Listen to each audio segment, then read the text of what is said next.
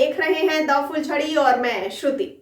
Dose coin अपने system में एक बड़ा बदलाव करने के लिए पूरी तरह से तैयार है और इस बदलाव में मीम कॉइन की मदद इथेरियम के को फाउंडर विटालिक ब्यूटेरिन करने वाले हैं।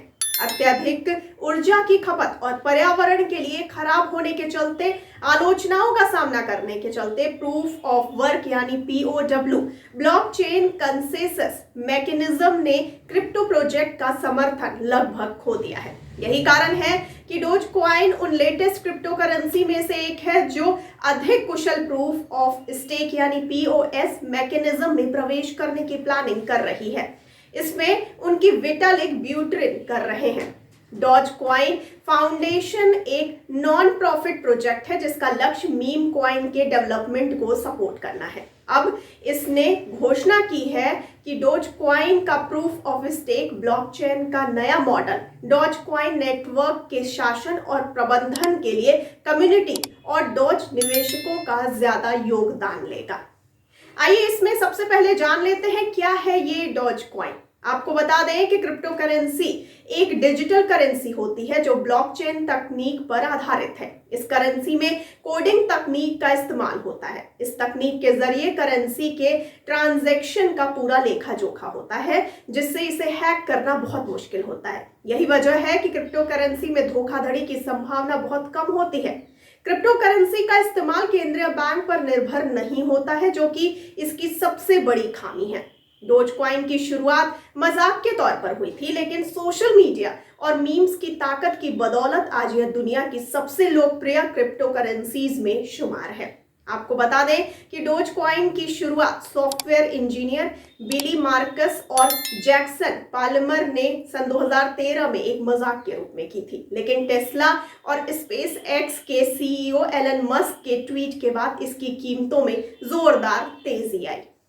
आइए अब जान लेते हैं एथेरम क्या है। आपको बता दें कि एथेरम, जिसे कि एथर भी कहा जाता है, ये तीसरा सबसे ज्यादा वैल्यूएबल डिजिटल मनी है बिटकॉइन के बाद और जिसकी मार्केट वैल्यू दूसरे स्थान पर है। अभी ये जिस टेक्नोलॉजी पर काम करती है उसे एथेरम ब्लॉकचेन कहा जाता है। इसे सबसे पहले एक 19 वर्ष के बिटकॉइन प्रोग्रामर जिनका नाम है विटालिक ब्यूटेरिन ने सन 2013 में सबसे पहले दुनिया के सामने लाया था। इस क्रिप्टो करेंसी ने अपनी पॉपुलैरिटी को बहुत ही कम समय में बहुत ऊपर तक पा लिया।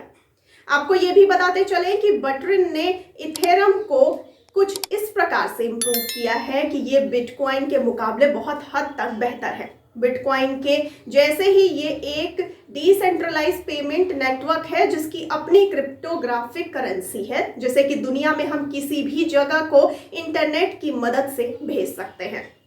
आपको बताते चले कि इथेरियम के संस्थापक विटालिक ब्यूटेरिन ने मीम कॉइन के बारे में उनके विचार को शेयर किया। उन्होंने कहा कि एक को छोड़कर हर प्रमुख क्रिप्टो करेंसी में अंततः प्रूफ ऑफ स्टेक यानी POS पर स्विच करने के लिए एक एक्टिव प्लान है। अपने दावे को साबित करते हुए उन्होंने बताया कि इथेरियम POS का सबसे बड़ा सबूत है। आपको जानकारी के लिए बता दें कि दिसंबर 2021 के आखिर में डोज कॉइन के ट्रेल मैप को अपडेट किया गया था। इस अपडेटेड ट्रायल मैप में कई प्रस्तावों पर काम किया जा रहा है जिनमें कम्युनिटी स्टेकिंग भी शामिल है। जैसा कि नाम से पता चलता है यह डोज होल्डर्स को उनके टोकन को दांव पर लगाने के लिए रिवॉर्ड करेगा, जैसे कि प्रूफ ऑफ स्टेक चेन पर पहले से ही होता आया है। हालांकि यह ट्रायल मैप में सीधे तौर पर यह नहीं कहा गया है कि डोज कॉइन में बदलाव किया जा रहा है, लेकिन कई लोगों का मानना है कि कम्युनिटी स्टेकिंग इथेरियम के वर्तमान हाइब्रिड मॉडल का अनुकरण करेगा जो POW और POS चेन को एक साथ चलाएगा।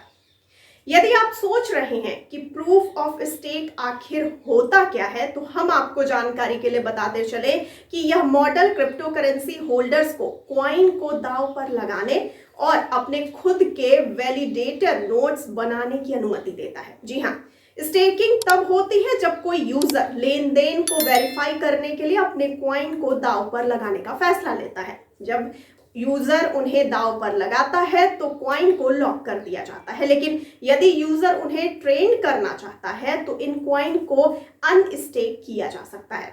आपको जानकारी के लिए ये भी बताते चलें कि जब ट्रांजैक्शन का एक ब्लॉक प्रोसेस होने के लिए तैयार होता है तो क्रिप्टो करेंसी का proof of stake protocol block को रिव्यू करने के लिए एक वैलिडेटर नोड को चुनता है। वैलिडेटर जांचता है कि ब्लॉक में हुई ट्रांजैक्शन सही है या नहीं। यदि ऐसा है तो वे ब्लॉक को ब्लॉक चेन में जोड़ते हैं और उनके योगदान के लिए क्रिप्टो रिवॉर्ड प्राप्त करते हैं। हालांकि यदि कोई वैलिडेटर गलत जानकारी के साथ ब्लॉक जोड़ने का प्रस्ताव करता है तो वे दंड के रूप में दांव पर लगी कुछ हिस्सेदारी को खो देते हैं। तो आपको इस पूरी जानकारी को लेकर के क्या कहना है? अपनी राय और प्रतिक्रिया हम तक जरूर पहुंचाइए कमेंट बॉक्स में कमेंट करके, और साथ ही साथ हमारे चैनल को लाइक, सब्सक्राइब और शेयर करना बिल्कुल ना भूलिए। और मुझे दीजिए इजाजत, लेकिन आप बने रहिए द फुलझड़ी के साथ। धन्यवाद।